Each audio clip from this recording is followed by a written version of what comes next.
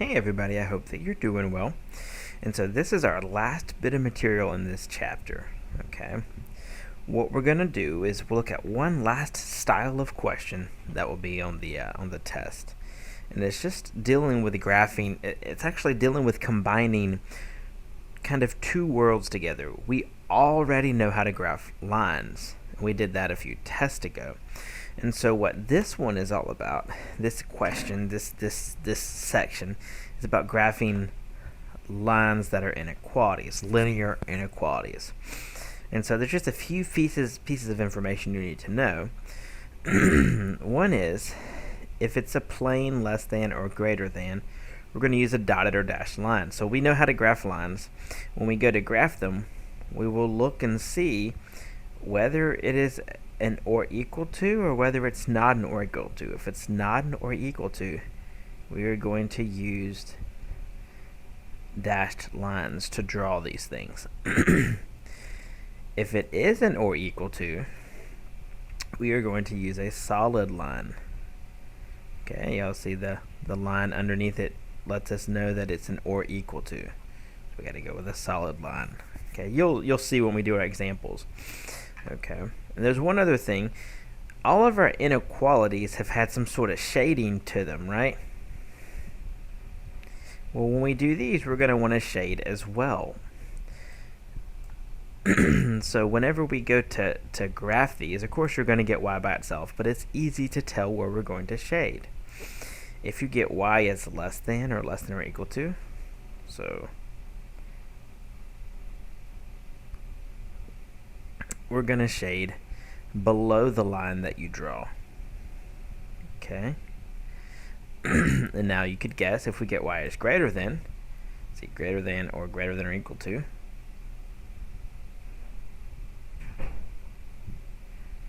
we will shade above the line. So for instance, if you have a line going through here, whether it's dotted or solid, above the line would just be up here, right? And we could shade up there.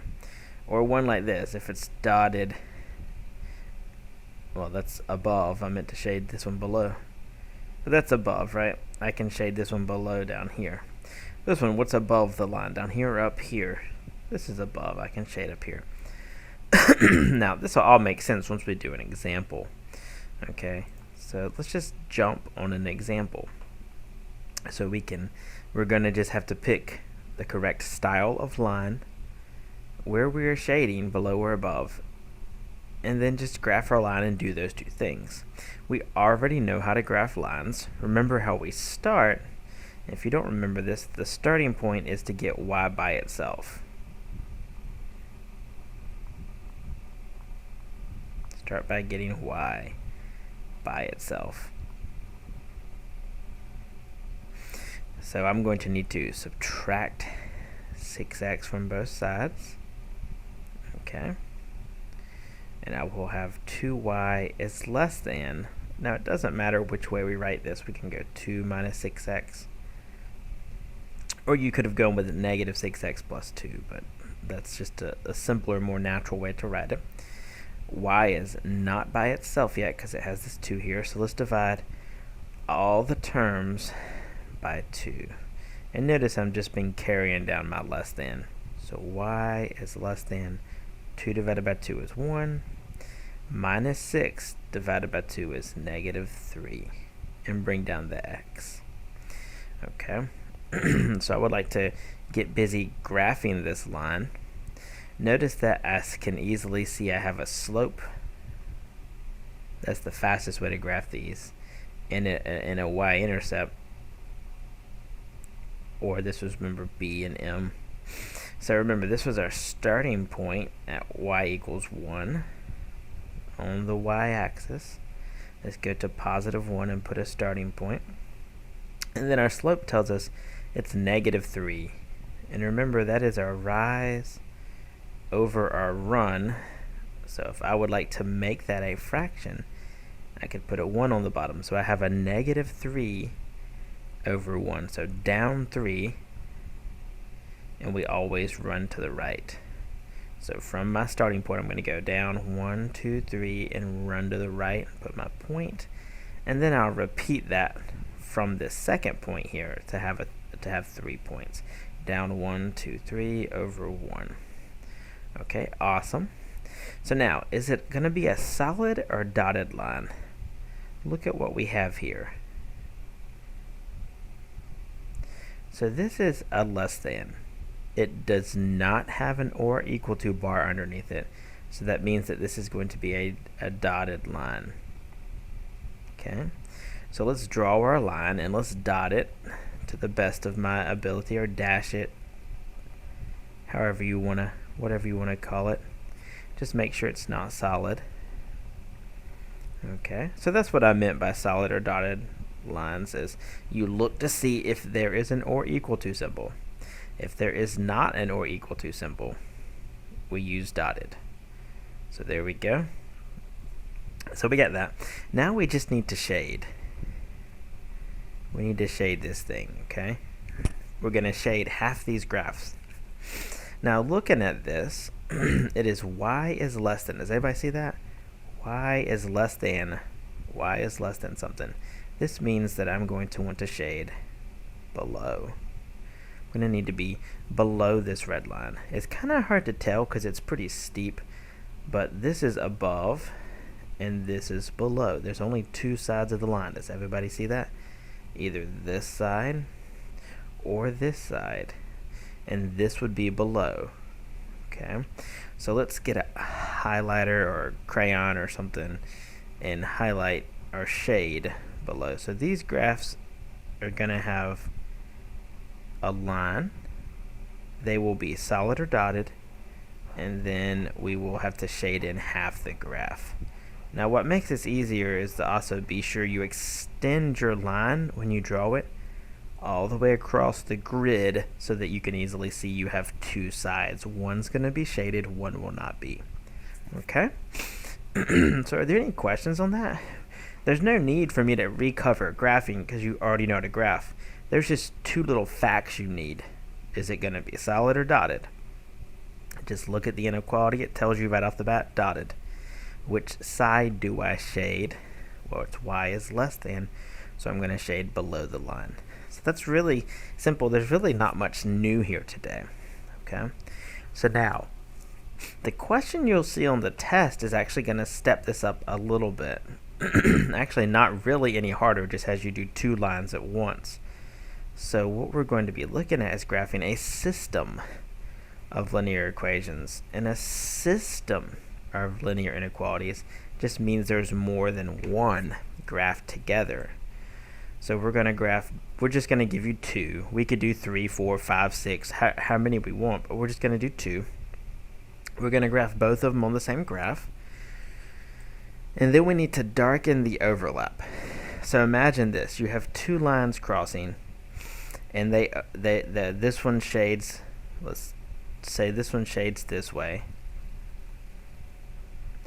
and say this other one through here shades this direction. The answer is where they overlap at. The red and the blue both shade. So that would be, we need to somehow darken that or mark it or embolden it or make sure it stands out so we know that that is the answer right there. So the answer region is this shaded darker region. So that's all we have to do is darken the overlap. If you were doing this by paper, since you're doing this, most of y'all are my online students, we'll have ways for you to do your test and stuff. When you do the worksheet by paper, though, just darken in the overlap, okay? Do these really light. I can't do lighter or darker on this thing, but really light, and then darken in the answer, okay? So ultimately, we have everything we need to do this problem. Let me get a graph. Forget a graph. Where's my copy? And paste it in. So here's our example of a system. A system has two. We'll be nice to you and give you one in y equals. The other one will have to get to y equals. So let's go ahead and do the easy work and let's graph this top one. And we'll do that one in red since it's the first one and it's in red. So look, solid or dotted line. Notice it has an or equal to bar, so this is going to be a solid line. My slope is 2. My starting point is 5. So let's go on the y-axis and go to 5. 1, 2, 3, 4, 5. Put a point. I said red, didn't I? I thought I pressed red. Oops. Apparently I annoyed it. Let's try this again. Red. There we go. And the slope is 2. So that's rise over run. If you would like to make it a fraction, you could always put a 1 on the bottom. So I'm going to go up 2. So rise up 2 and always run to the right. So 1, 2, 1. 1, 2, 1. And we already said it was solid, so let's draw the line. There, you'll like my sound effect too. Alright, so I drew the line. Now I need to shade. Notice it is y is less than. You see that? Y is less than. So that means I will be shading below. Okay, so I'm going to do this with a highlighter again. Since it's red, I'll just do yellow with this one. So below would be all of this region down in here. So below the red line it gets shaded. And I'll try to do a decent job shading. You don't have to do a decent job unless you just want to break out some crayons and color pencils and have a good time. Kind of imagining you're back in the glory days of kindergarten. So there. I like this the software because it'll show my overlap of the highlighters will change colors once I finish. Okay. Alright, so we've graphed the first line. But the whole point here is this is a system. So I will have 2 lines. And we'll do the other line in blue. First, let's get y equals. So I need to move the x term over. So 3y is less than negative 9 minus 5x. Remember, those two can't combine because this is a plain number, this is an x. Then I gotta divide everything by 3. So y is less than, let's see, negative 9 divided by 3 is just negative 3. Negative 5/3 does not reduce, so it's just negative 5 over 3, and keep your x beside it. So I can graph this. Is it going to be dotted or solid? Well, it's not or equal to, so this will be dotted or dashed. Dashed. My starting point is at y equals negative 3. 1, 2, 3. And my slope is down 5 over 3. 1, 2, 3, 4, 5. 1, 2, 3. And I'm not going to be able to fit the next one on there, but that's fine. Okay, I attempt to draw a straight line here. We already said it was dotted. Now let's see. Looking at this, let's go to my highlighter. Let's find which side we're going to be shading. I'll use a blue highlighter for this one. Notice it is y is less than. So once again, less than, that means below. So you see my blue line here, so I'm going to shade below it. So below it's this side of the line. Alright. Now, my answer will be where the two overlap, and it's easy to see because it turns green, the blue and the yellow together. So my answer for this is this triangle kind of down here. Not quite a triangle, but this green shape right in here. You got a dotted line and a solid line to match the inequalities. Okay? You can have all sort of varieties of these. We could have both of them shaded above or to the left or to the right, or to, we can get any of these little sections shaded as the answer. So if you do these by hand, I need you to make sure you make the answer a lot darker or do something to draw my attention to it to let me know this is the solution, not these. And to tell you the truth, if we do this on the test and if we do it multiple choice, what'll probably happen is we'll just shade in the answer. So this is what it would look like. We would only on the multiple choice, we'll probably just shade in the answer. So this would look just like, just the shaded part. We'd ignore the yellow and blue, just the green part. Okay. So I don't know yet how detailed that will be. But all right, well, awesome. That's our last topic.